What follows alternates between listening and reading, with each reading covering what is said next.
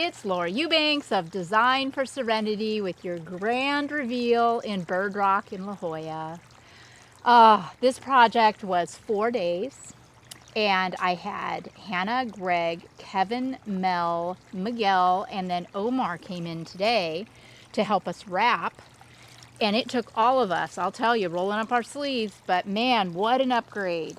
This area here was basically dirt and some tired phoriums, flax. No bueno. So they had bought this fountain and Greg installed it. It's lovely. Reworked the flagstone around it, staged a couple of rocks to sit on. Then the guys came in and planted out a little tapestry to the left and the right. We decided on a Bacarnia recurvata here. This is the perfect spot for it to slowly grow into a tree. We talked about all of these pots in our last video, but Omar reminded me that this Bainesii looks like it's variegated. At first I thought, oh, it's sick, but then when I look at it, I can see the yellow. I think it's variegated, so we're gonna go with that anyway. Today, please wish our dear Cullen a happy birthday. We celebrated today with some board and brew and chocolate croissant at his request, and it was just a wonderful, wonderful day. This star jasmine I fed with an organic fertilizer, general fertilizer. We retop dressed with some decomposed granite. I went through this whole area, weeded, tightened up. This is what we did, of course, in phase 1 a couple of months ago. Greg also modified the irrigation over here because our bromeliads just weren't quite getting enough from the spray.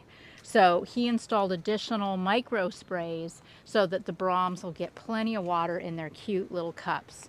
Some of the bromeliads I did move to the back, and then replaced with like Echeveria harmsii and some cotyledon and some Crassula platyphylla and Mangave silver fox. You know, you get the idea.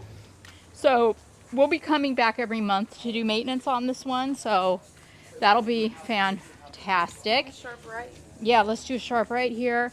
So this in-tree bed is about 2.5 feet to 3 feet wide.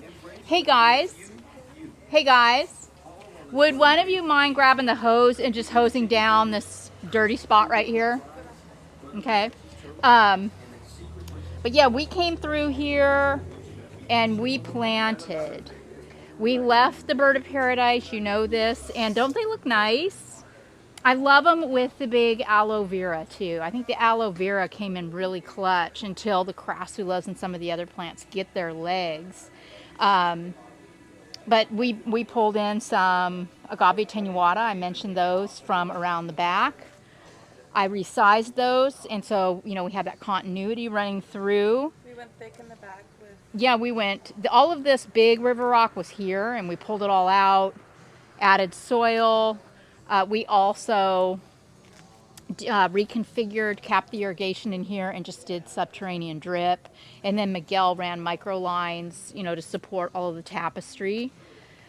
And then we took the river rock and put it back decoratively. And then we added the smaller version of it, which is a 1/2 to 3/4 inch Arizona river rock.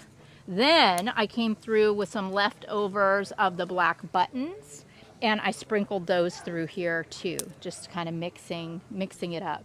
So the finished product is absolutely beautiful. You can see the ocean right here to my left. This is very marine. It stays cool. I don't think it ever gets above 80 degrees here, probably, ever. So these plants, being fully exposed and in full sun, are going to be happy as a bunch of little clams this close to the water. But it's going to be fun. This is going to be so much fun to take care of. We don't do a lot of regular maintenance anymore. We usually just come in and do the seasonal. So I'm excited to have the opportunity to really babysit this garden and watch it grow from month to month and see how it does. So over here, remember this was the area we talked about. We wanted it to appear, you know, fairly seamless. So we basically repeated all of the rock design that we did in the other area. We also brought in some boulders and threw them in here and there for continuity. So this just looks so much better. It looks brand new. I mean, just pulling out those rock and then reconfiguring them, cleaning up the agapanthus, cleaning up the birds, sizing the attenuatas, really made all the difference. We took it all the way to the corner where I even filled in the little gap between the properties with River Rock too, so that the whole thing would just look absolutely finished. This garden is manicured. Every square inch of it has been thoughtfully addressed, and that feels so good. Oh my goodness. Can you imagine your yard, every square inch of it being addressed? I mean, I can't even imagine that for myself, but what an incredible feeling that is. So that's the gold standard. You know, we need to keep it this great. We have, you know, wonderful clients that are very active, that'll be out here weeding and deadheading and, you know, keeping up in between our visits from one month to the next. Excited to see how these new little aloes do. Oh, look at the little, is this a bloom? Yeah, it's a bloom stalk. Look how cute. Oh my gosh. Remind me too to show them the little staghorn growing on the fence in the back. Oh darn it, spoiler alert. Also, thank you guys so much. You're gonna be seeing a lot of each other tomorrow. We have our live maintenance in Claremont at our son's garden at 2 o'clock Pacific Standard Time. And for those of you that missed it and didn't get signed up, don't worry, there will be more opportunities, I promise. But I am excited to go up there and just, you know, be able to work through that maintenance and show you all the tricks and tips. Then we got Omar doing finish work here, cleaning up the wall.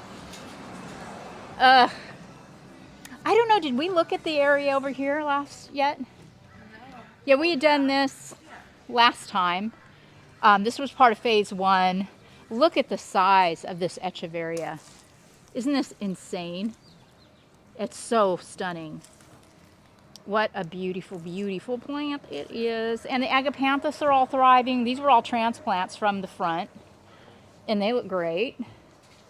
And then back here, I turned Cullen loose to create a tropical paradise, and he did not disappoint. Check this out. The client didn't want rock, right? Yes, our client did not want rock top dressing back here. So we did, you know, Diamondia plugs and little sedum flats. So yeah, no rock, which feels a little funny to me, but it is a tropical garden, and yeah, wow. Such a different vibe back here. All the pots are matching. Yeah, all the pots. We've got Kalanchoe orgialis and those cute little Barrensis, sorry, not orgialis. Here's an orgialis over here, copper spoons. But those are Barrensis. And then the little Senecio ivy lookalikes.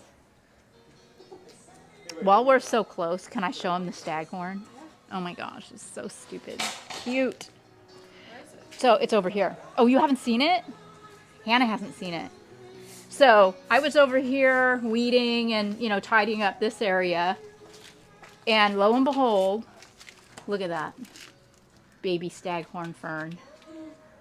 Isn't that the cutest thing you have ever seen in your life? Mama's over here. She's a big girl. And she threw a little baby through the crack in the fence. And it's just perfection. It is the sweetest little thing. I stopped everybody. I guess Hannah was out getting lunch. But everybody had to come over and ooh and ah over it. Okay, so yeah, I'll just have Hannah kind of take you through and look at all of these fabulous plants. That plumeria in the back corner over there was a transplant from, it was actually over where the carnea is now, over by the new fountain. I think it's going to be much happier back here. I used some Grow Power back here, fertilizer, to feed the soil, since these aren't succulents and they can be a little more dramatic than succulents can, as you well know. A lot of the agapanthus got rehomed back here. And, you know, a little pro tip, agapanthus transplant very easily. And so that rather than, and this is a heavy clay soil too. So rather than dig all these agapanthus in, we just laid them on the ground and brought dirt in and mounded around them. And you would never know, you know, with all the cute little, you guys did such a great job with the flats. Yeah. I love the mix of the sedum and the diamondia. That's so pretty. Yeah, I wonder who did that area. The Aurelia, right? Looks so good. The idea is we want to cover up the pool equipment, and it is definitely doing its job. So yeah, just be super interesting to see how this garden matures. We'll be sure and keep you posted since we'll be here so frequently. Oh,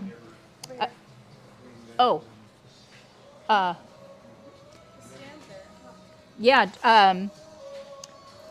I think this middle area is absolute magic too. Just love it. This is all on spray as well, so there's no drip back here. Well, there is actually a little bit of drip, but we just basically worked with what was already here. Okay, so tomorrow I'll see a lot of you at my son John's live, 2 p.m. Pacific Standard Time for the maintenance class. And the rest of you, I will see you in the next succulent tip of the day. This has been Laura Eubanks reporting for Design for Serenity in La Jolla with your grand reveal and your succulent tip of the day. Bye, guys.